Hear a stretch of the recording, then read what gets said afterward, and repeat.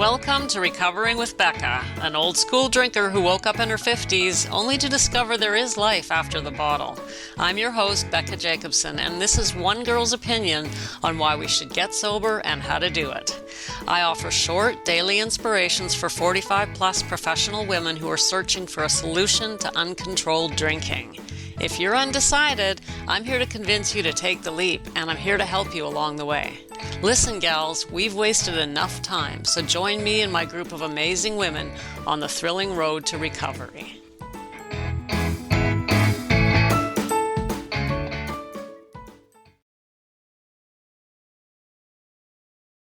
Hello, lovelies. Thank you for joining me. This is going to be so much fun. I'm going to read you a story from my upcoming book. But first, I'd love to tell you about it. I am writing a book that started out a mistake book. And it is the 15 mistakes, big mistakes, that kept me shackled to alcohol for over 30 years. So that's how it started. Okay, I'm going to talk about mistakes and, of course, how to avoid them, how you can keep yourself safe from alcohol, overcome alcohol, using these 15 mistakes that I made and lived with. And then I started writing it. And then I realized, wait a minute. These aren't just mistakes. There are stories attached to these mistakes, and I want to tell these stories. So the book now has not only the 15 mistakes, which, by the way, I am calling fatal flaws, because if we don't find them, recognize them, and overcome them, they can keep us trapped and stuck for years and years and years. Trust me, I know. So we're going to cover in the book the 15 fatal flaws, but attached to each fatal flaw is also a story. Now, the story is not necessarily about the flaw, because frankly, I'm not much into chronological narratives. I find them dull, boring, and overdone. Not that the story makes no sense, but there's no reason to go chronologically or necessarily tie each story to the flaw. So there's no rationale there. For me, that's the way I write. So the stories are intertwined with the mistakes or flaws, but also not necessarily representing them. That's okay. That's close enough. I don't need to explain the whole thing. You'll read the book when it comes out and you'll get what I mean.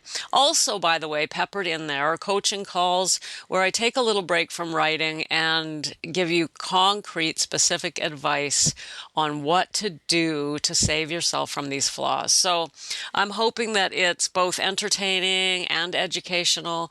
And the ultimate message of this book, now that I've gotten very near the end, it's interesting. Writing's an interesting process. You never end up where you thought you were going. But the ultimate message in this book is that we can forgive ourselves for anything that we've done in the past, and we can forgive others. No matter what we've done in the past, no matter what's happened to us in the past, we can overcome any resentments towards ourselves, but also towards others. So that's kind of where it ended up. I hope that's got you interested or excited to read it. I'm very excited as I'm writing it. And, it'll be done. Well, I'm thinking by the new year. So there we go. But in the meantime, here's a story for you that I'm going to share, just because picking one at random. I literally opened the document just before turning on this recording, and this is the one that popped up. So here we go. When I was under 10, I still believed that I would be loved and safe if I obeyed my mom and my teachers and tried my hardest. If I succeeded, I would be loved.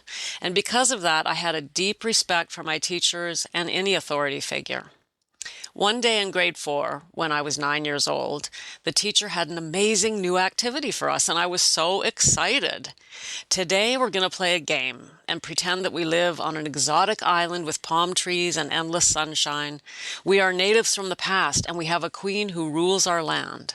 To show the queen our love, each day we give her great love and praise in our own native language. And I'm going to teach you a bit of that exotic language, she explained. I was so excited. I was going to learn a new language. And with a fierce determination to get this right, I listened intently as the teacher continued. Each morning, we gather around our queen and kneel before her.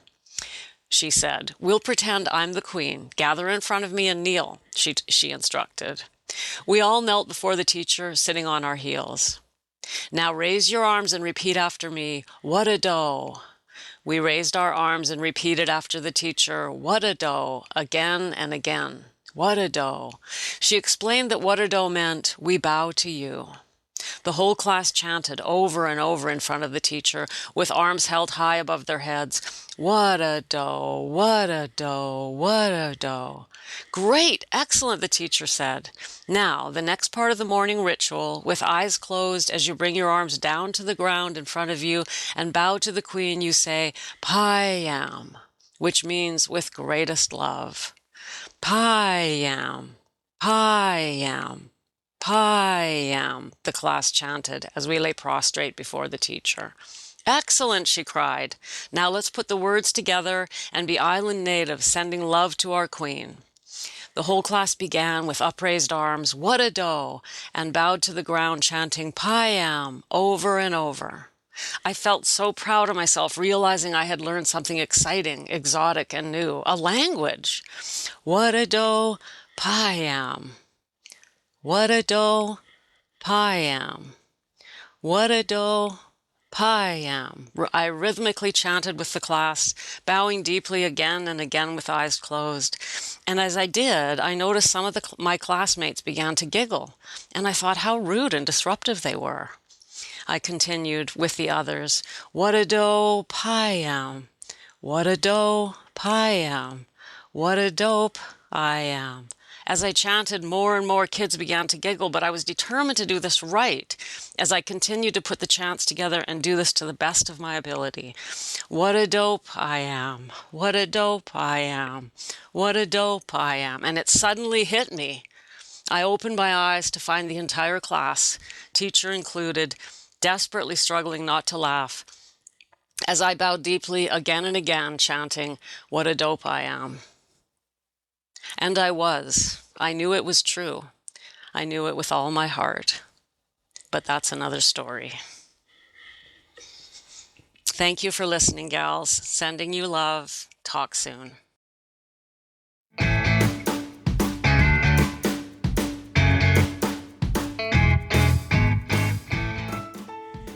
Thanks for joining me. If you know someone in need of inspiration, don't forget to share and make sure you're following and subscribed so that we can get together every day for short inspirations. Let's make this happen. Bye for now.